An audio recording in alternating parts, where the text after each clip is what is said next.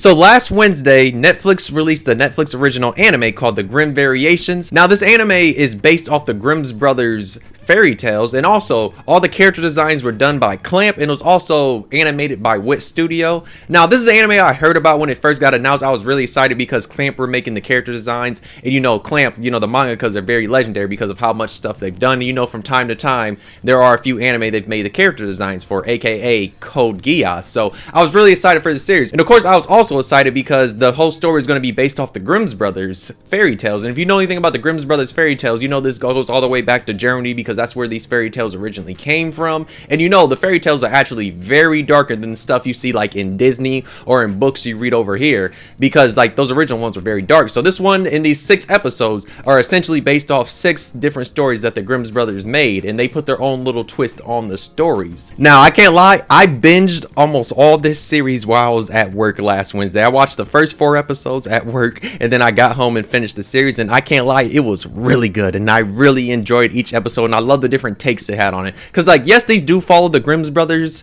fairy tales, but at the same time they put their own different spin on here, and like some of these are based in different type of worlds with technology that that of course are not originally in these fairy tales. So there's a lot of little interesting things that happens in here. But yeah, let's talk about each of the episodes, because there's only 6 episodes that came out, so it's kind of just an OVA series, and each episode ranges from like 32 minutes all the way to like maybe maximum 45 minutes. So it's not really that long of a series, but it's a quick binge. But each fairy tale that's covered, it does have a little twist for it, and it's really interesting seeing all the different twists. I will say there are some in here that are very crazy. I'm looking at you, episode 2 with the Little Red Riding Hood, because that one has a lot of crazy stuff in it. But yeah, let's talk about each episode and just talk about all the different things they do with some of these fairy tales. Now the first episode is Cinderella, and the character that plays Cinderella in here, there's kind of like a twist on it, because we basically see that Cinderella is basically playing everybody like a fiddle, because the character that's playing Cinderella, because like in this story it's technically not Cinderella, but I'm just going to say Cinderella just because it works better, but I digress. But yeah, the character, we see that she gets a stepmom and then the 2 stepsisters, and we see like it's kind of from the stepsisters perspective of them just noticing things are really going off and like being off in the house. And we also see like the one little girl, we see that she has like a doll she's talking to, so there's already creepy stuff around that. But we see she sets up a lot of different things. Like one, she kills her dad because she messes up her dad's car, because the dad was thinking about like sending her 2 sisters away, when it's like no, she wants to play everybody like a fiddle. So, and we get to see like how she's turning everybody against the 2 stepsisters, even though she keeps quote unquote saying that she wants to be with them.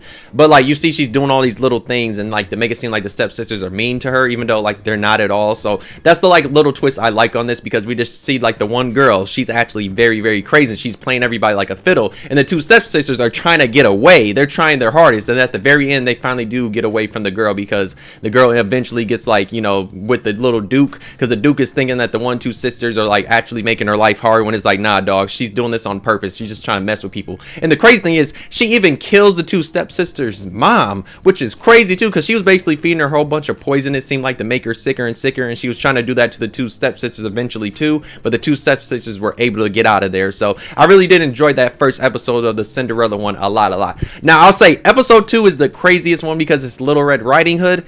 And the take on Little Red Riding Hood in this one is very fascinating, because it basically, instead of like, the wolf and, Little Red Riding Hood and, the grandma and all that, we have a vastly different take on this one. We basically have an organization, and like they're known as wolves, and like there's virtual reality in this world. And in the virtual reality, the organization that are known as wolves, they go there and they basically hunt prey, which would be like women or other people, and they basically kill them. And that's essentially what happens early on in here, because we have some crazy, shocking stuff that happens early on with the one guy that we're following, that his name is Wolf, and he goes on this and meets this one girl that's in this club. Eventually they go back to the place, and you think something's about to happen, and it's like nah, he straps her to the bed, and eventually he gets the cutting certain type of organs and other stuff out, and it was very shocking. But doesn't know he's gonna get what's coming to him, because later on you see that he actually wants to like do this in real life instead of in virtual reality. So he gets introduced to this one girl named Scarlet, and the thing is Scarlet plays that man like a fiddle, because you basically find out that like she basically flips the script on him, and she basically played him, and she eventually packs him up like the way he would usually pack people up, and it's very nuts at the very end. That one was very crazy though. Now the next one is Hansel and Gretel. Now Hansel and Gretel, the take they do on Hansel and Gretel is actually very fascinating, because they'll give you kind of like Promised Neverland type of vibes, because one, Hansel and Gretel are both in an orphanage, and we see at the orphanage like they've kind of just be bullshit. I can't lie, these 2 just be doing whatever they want, because they're like yo, we run this shit. But we see one day they basically get sent to the forest, forest, and in the forest they meet a witch there. Of course, you know the normal story how they meet a witch and then there's like a candy house, but this one was kind of different. They meet a witch there, and she basically tells them about little things, how like everything they see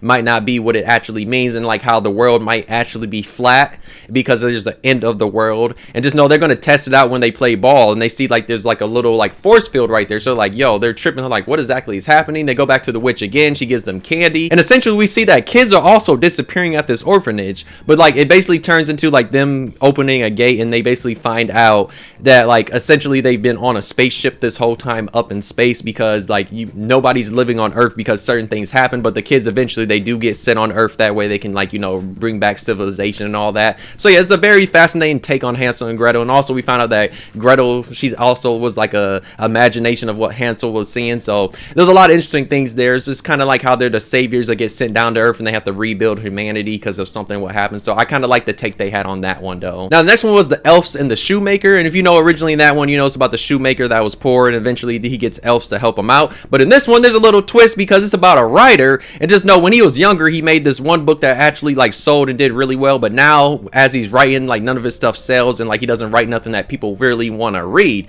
until one day he meets this little girl, and this little girl's telling him about like, oh, have you still been writing? And just know there's like a creepy little girl. Eventually he goes back to his house, the next morning he wakes up and there just happens to be a book there, and he gives it to his editor, and his editor is in love with it. He's like, yo, this is amazing. It's more of just like a one shot because it's just like super short, but just know it blows up and everybody's calling him like, yo, we need you to write more. So he gives him his next story that he actually wrote, and they don't want it at all. They're asking him like, yo, what is this disappointing thing? So like he's freaking out because he keeps getting these like novels and other like works that like he doesn't remember writing at all. Like he goes to sleep and just appears there.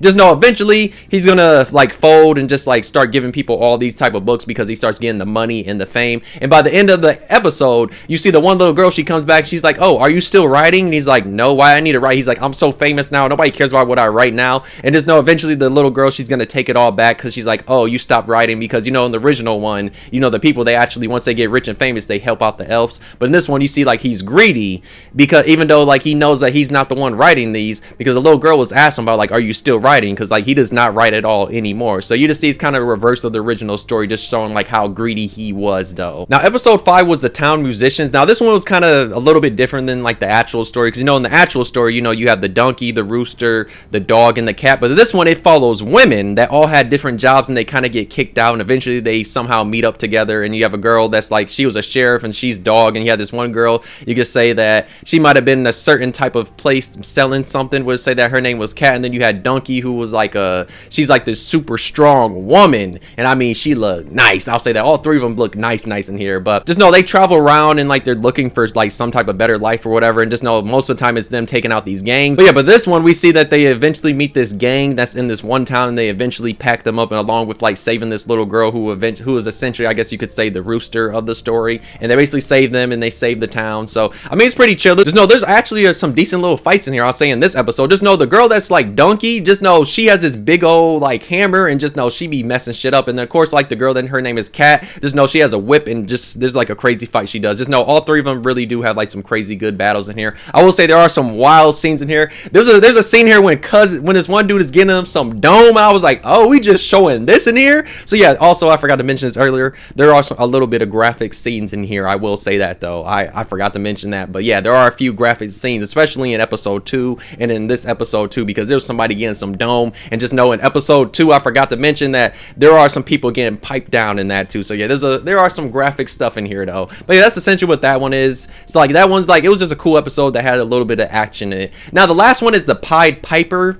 Now this one is very fascinating because it's vastly different than what the kind of the original story is. Because you know in the original story they hired the piper to basically get all the rats out the town, and then eventually he takes all the kids out the town. But in this one, just know it's kind of, this one is like, it's something, I will say, because there's a lot of things in here I'm like, ew, why are they doing that? But then there's some things that are actually very fascinating. So just know it's in a town that's kind of like in the middle of nowhere, like kind of surrounded by mountains or whatever. And just know they have very strict rules by this woman. She's the one that's in charge. Also, like, she arranges marriages for people, and she has a granddaughter that goes to this one teacher. And this teacher, he's very concerned about this girl because this girl is actually super smart. He wants to teach her a lot of different things, but at the same time he already knows that she's going to get married off. And it's also because he has a crush on her, and it's like, dog, you are a grown ass ass man? Why are you in love with this little girl? Even though, I mean, I think she's, what is she, like 17? I think it's like 16, 17. They get sent off to do something and they get married or whatever. Just no, she already has like somebody she's going to be arranged with to get married because their grandma has already set it up. We also see they have a very strict rule on outsiders, because if they see any outsiders, they get packed up. So there's stuff like that. Just know one day in the rain, we see this woman comes to the teacher's door and she's like, yo, can you help me out? And he's like, no, we can't have outsiders here. Just know eventually he's going to kidnap her and throw her in the basement because she shows him like this picture,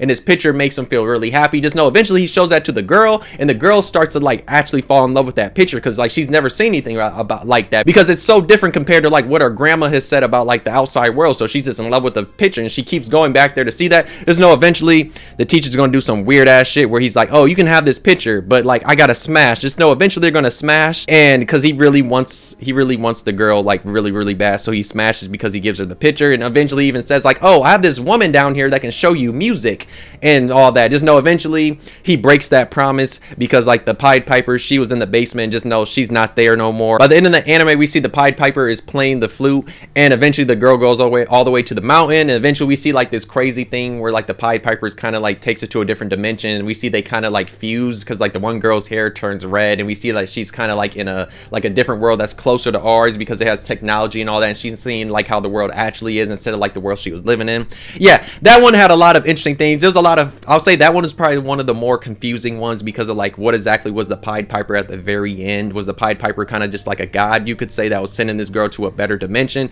Also, you had the weirdness of the teacher, because the teacher was so goddamn weird, because this man was super obsessed with that little girl, which was very weird though. But yeah, overall this was a really great series, and I like the different takes it had on all the fairy tales. Yes, I will say there are a lot of graphic stuff that does happen here and wild stuff, but the twist and turns of all these different stories was actually pretty good. And if you actually want to watch anime on Netflix that's super short, it's only 6 episodes, but yes, like I said, each episode is 32 minutes to 45-ish minutes, but it's not really that long. But if you want to watch something short, this one was really great to me, and especially if you like Clamp's character design, then you'll really enjoy this one a lot. But yeah, if you've seen this, let me know how y'all feel about this. If you guys have not seen this yet, go watch it right now on Netflix. It's a quick watch in my opinion, but yeah, I really enjoyed this one a lot, and I like the different takes it had on there. Yes, there are some type of things that could be confusing to people, because I did see some people that said they were confused on some stuff, and also I'll say there are some graphic stuff, especially in episode 2, and I'll say in episode 5 and 6 there's some graphic stuff, but it's mainly episode 2 with all the killing and cutting guts and stuff like that. That might not be something you want to see, because that might turn some people off, because it would be a trigger warning because of certain things that happen in episode 2, I will say though.